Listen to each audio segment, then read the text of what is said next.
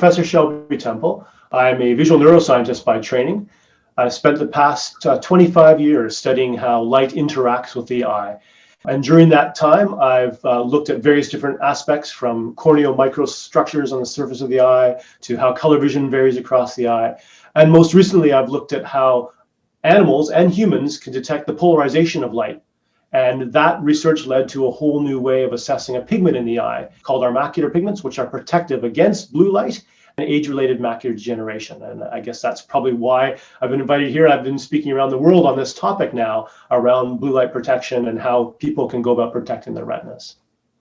Namaskar. We are here today to discuss a hot topic. Is blue light blocking just marketing? And today we have with us a revered international expert, Professor Shelby Temple, to uncover the truth. Hello and welcome to Optician India magazine, Professor Temple. Certainly. Thank you very much for the invitation to speak with you today. In view of your extensive work on the subject, considering the harmful effects on eyes, would like to ask you, why blue light and not any others? That's a great question, and there's lots to that question. I think the first part we need to think about is defining what is blue light.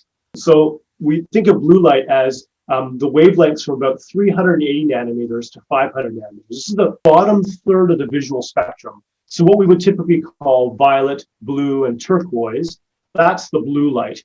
And its main source is obviously from the sun and the sky. That's the brightest source of blue light in our lives. But it still comes from other places. And so today, there's a lot of confusion. What does blue light mean? We often associate it with blue light from digital devices. So just to clarify, any device or surface that looks white is necessarily have blue light in it, because the reason it looks white is it's stimulating your red, green, and blue photoreceptors. And that's why it looks white.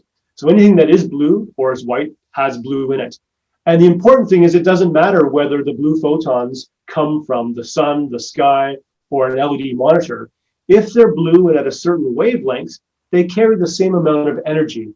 And they're like a little packet of energy. And it's the amount of energy that dictates what kind of damage they can do. So blue light in particular, if you look at the visible spectrum, blue light sits at the bottom end, right near the ultraviolet. And we all appreciate that ultraviolet light is dangerous. We all know that it causes skin cancer, melanomas, and can do all sorts of other damage. But the damage doesn't stop when we go from ultraviolet into violet and blue. It carries on, it just that it decreases slowly. And what's important is that below about 500 nanometers, so where you get to the green, light below that, blue, violet, ultraviolet, has more than 2.5 electron volts per photon. That's very technical. But what that means is that each packet of light carries enough energy to cause the formation of free radicals or reactive oxygen species. And these are molecules that are missing an electron, and they interact with other molecules and create damage, what we call photochemical damage. And that's what we're trying to avoid. So research done back in the 70s on blue light was done when they first invented lasers, and they noticed that blue lasers were really powerful and dangerous. So they compared two lasers with the same number of photons, a blue laser and a green laser. And what they saw was that the blue laser was 20 times more damaging than the green laser. It had that much more power because the energy per photon decreases with wavelengths. So 380 nanometer photon has almost twice as much energy as a red photon, which is why red photons and yellow photons, those ones are less dangerous to us, and why we're really focusing on the blue. So now, if we know that UV light's dangerous, what's interesting is that the cornea and lens protect us from UV light. So people often talk about UV light being, associated with age-related macular degeneration or advanced aging of the retina. In actual fact, it's not so much of an issue for the retina because it doesn't get to the retina. Nature's put in place the lens and cornea to block that ultraviolet light. It's still dangerous to the front of the eye. It causes cataracts, cancers, problems, but not to the retina so much. So then if blue light's dangerous, you'd think, well, hang on a second, shouldn't nature put in place some protection of the retina for blue light too? And guess what? It has. Nature's put in place macular pigments. These are pigments that sit right in front of the retina, in particular in front of the macula, which is the most sensitive part of our retina, has the highest metabolic rate, and it only has blood flow from behind. There's no capillaries over your macula. So nature's put in place these macular pigments that are very effective at absorbing violet blue light and acting as antioxidants to protect damage by violet blue light and other things. The problem is you only get these pigments from your diet and you don't know how much you have. So the only thing you can do is measure them. You can't look at somebody and tell by their skin color, their eye color, their hair color, how much pigment they have. So my research led to this new way of measuring these pigments. And that's sort of what I've been doing. I've been looking at, can we use this device to assess people's macular pigments as part of a regular eye exam, and then give them good advice about how they can protect themselves against violet blue light. So that was a rather long question, but it sort of ties in why it's important that blue light's the important part, and the other wavelengths really are less concerning when it comes to retinal damage. Delving deeper into the subject, what are the favorable and unfavorable blue lights? Okay, unfavorable, the bad blue light is really all of it from 380 to 500 nanometers. So from the violet all the way through to the green, that range. But there's a trade-off to be had, because as we increase wavelength, the relative risk decreases. So above about 450 nanometers, there's less risk. And because that light is the part we need for setting our circadian rhythm, our sleep-wake cycle, it's really important that we get some of that light. So we call that part the good blue light. And the good blue light is centered around the blue turquoise. It sits at about 480 nanometers. And it's the light that's absorbed by melanopsin, which is part of the intrinsically photoreceptive ganglion cells. These are cells in our retina that absorb violet blue light and then trigger melatonin release or secretion from the pineal gland. So in the morning, you want to get good exposure to this blue light to stop your melatonin, and then you feel vibrant and alert and alive. But in the evening, you want to reduce your blue light exposure because you don't want too much of that melatonin excretion. You need that melatonin excretion to enable sleep. So the good news is that these pigments I talked about that protect you against blue light, they're only in the center of your retina. And the sensitive melanopsin-containing granule cells are all in the periphery. So they don't interfere with each other, which is really great. And both of them block some of that blue light from getting to your retina. So in a sense, you're well protected across your whole retina naturally. But that good blue light is the circadian rhythm setting blue light around 480 nanometers. And the bad blue light is the part below 455. That's what we consider the bad blue. So 380 to 455, what we call the violet blue. This makes us wonder how we can verify the claims made by a few brands for products which are available in the market are actually blocking only the unfavorable blue lights. That's a good question, and it's a two-part question. The first part is sort of asking, will blue light lenses sort of affect my sleep? Because, of course, if they're blocking the good part, that's not a good thing necessarily. And the answer is to that part of the question is it's really not a concern, because the amount of light you need to set your circadian rhythm is actually quite low. 100 to 300 lux, so typical house lighting indoors with relatively good lights that have enough blue in them will set your circadian rhythm in the morning. But of course, in the evening, you want to reduce that blue light.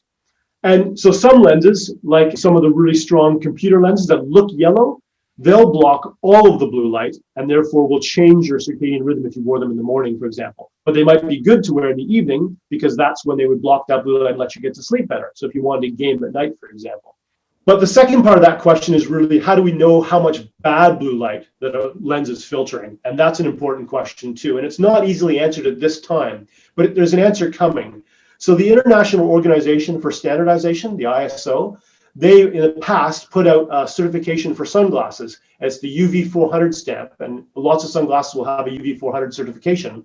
And that tells the buyer that these sunglasses will let less than 1% of UV light through. But that isn't happened yet for blue filtering lenses, but it's starting. ISO released a report a couple of years ago called the ISO TR20772. Now that report is all about looking at how do we go about creating a standard for blue light filtering lenses. And in that report, they talk about, as I just did, the two most important parts: the dangerous blue light, which is all the way from 380 to 500, but more importantly, the really concerning part, 300 to 455. That's the part that you want to have filtered out by your blue filtering glasses. And in that document, they also point out the strong risk factors for advanced aging of the retina, and the ones you can't control, like age and genetics, and the ones you can, like smoking, low macular pigments, and exposure to that blue light. So right now, there isn't an easy way to do it. What I've been doing myself is I have all the equipment to make measurements, and I invite optometrists or lens manufacturers to send me products. And I've created a simple metric that allows us to assess how much of that dangerous blue light is being transmitted through a lens. And then we make measurements. And to give you a sense, I've measured lenses from all sorts of companies from around the world. And typically a blue filtering lens will block about 20 to 30% of the blue light, whereas a pair of sunglasses or active photochromics will block between 80 to 90%, 99% of that blue light. Now, some people say, oh, 20 to 30%, that's not very much. That's not enough. I need more than that. In actual fact, you have to be careful. The reason they've kept it at 20 to 30% is that if you block more than that, you start to change the color and you can't see the colors properly, so that it wouldn't be a clear lens. And 20 to 30% is still enough because the damage you're worried about doesn't happen overnight. It's not like I have to block all the blue light right now. What I'm looking at is age-related macular degeneration is the accumulation of damage through your entire life. It takes 50 to 70 years to accumulate. So what you're trying to do is reduce that exposure through life. So if I reduce the exposure by 20 to 30% through my entire life, I gain extra good vision at the end of my life. A great analogy would be if I was to take 20 to 30% off of your paycheck, it would be upsetting, you'd be annoyed, but it wouldn't affect you in 1 month. But over the course of your life, by the time you got to retirement, if you'd lost 20 to 30% of your income through your whole life, you wouldn't be able to retire the way you wanted to. Well, the reverse is true for blue light. If I can reduce the blue light through your entire life by 30%, I can extend your good vision for longer. Because in reality, we will all get age-related macular degeneration if we live long enough, because it's inevitable. It's part of the free radical theory of aging. Our systems break down. But if you can reduce some of the risk factors, like exposure to sunlight and blue light, then in fact, you can prolong your vision so that when you retire, you can still do all the great things you want to do with your vision. And that's all about long-term protection. I would request you to bring to light a few research or studies which are available on the effects of sunlight on eyes, and what are recommended precautions, including the usage of sunglasses and correct lens, is the outcome of those studies.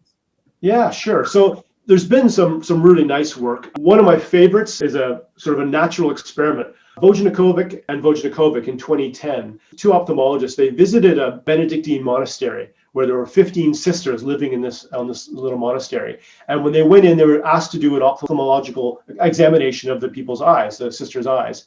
And what they found was that 13 of the sisters had what he described as the eyes of a baby, the retinas of a baby. They were perfect in every way, no signs of aging. But 2 of them had early signs of age-related macular degeneration.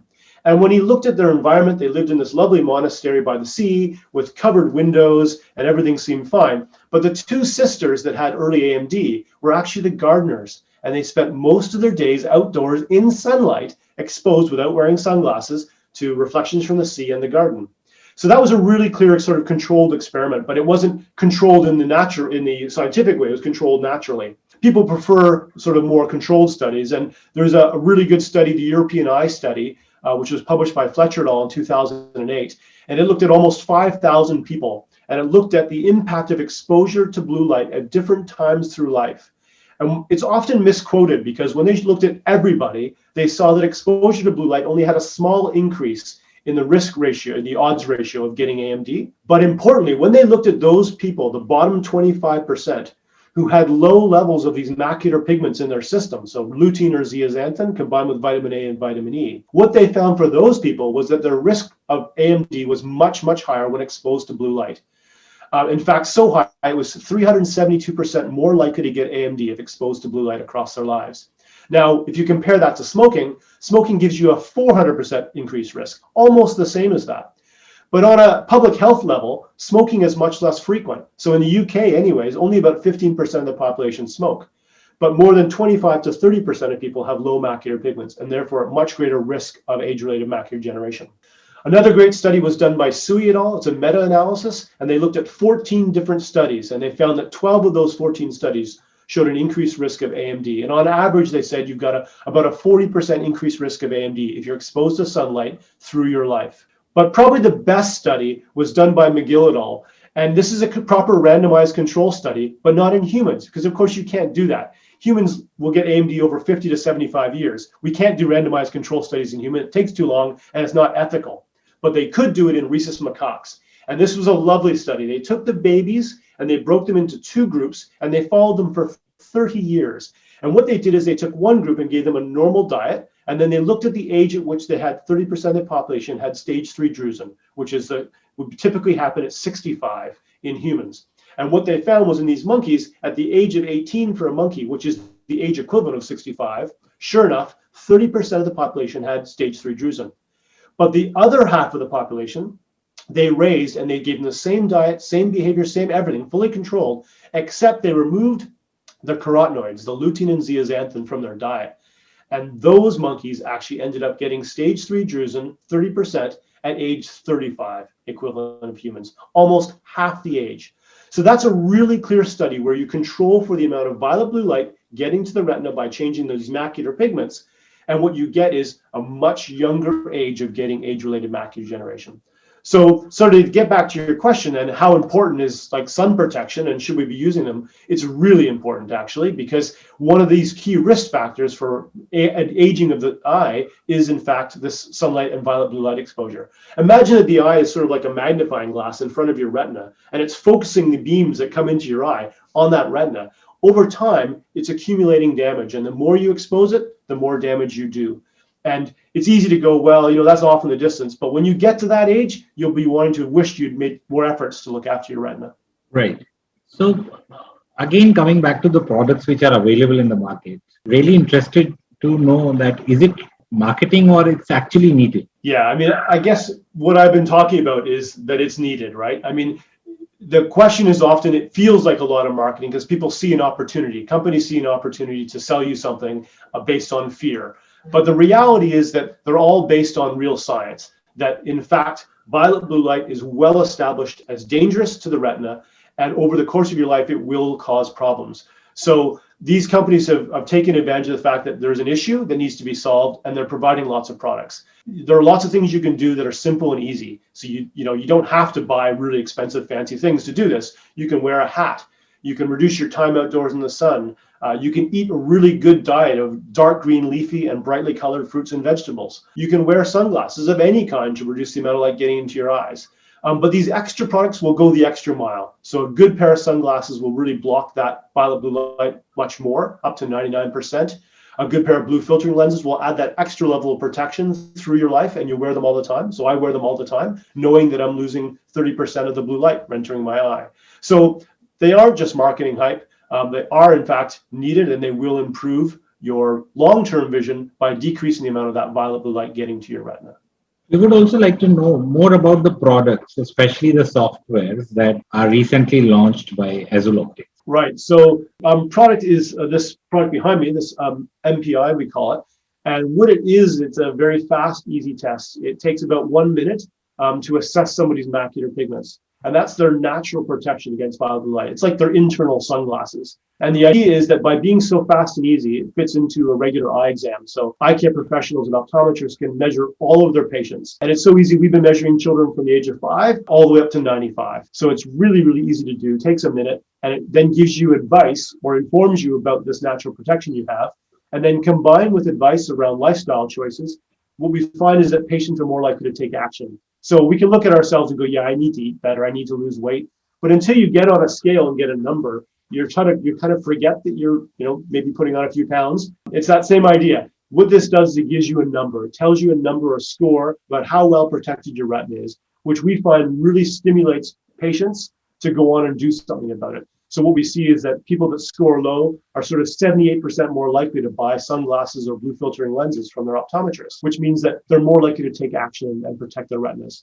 So we're really excited about getting this out. Right now, we're just about to start some research in India with the LV Prasad Eye Institute to sort of get some normative data in that population. And we'll be looking to bring this device to India quite soon. So we're hoping that you'll see it in your market in the near future. So we'd like to thank you for taking out time from your busy schedule at such a short notice. Thank you for being a part of Optician India, and we look forward to more such interactions in the future. It's been a great pleasure, and thank you very much for the invitation.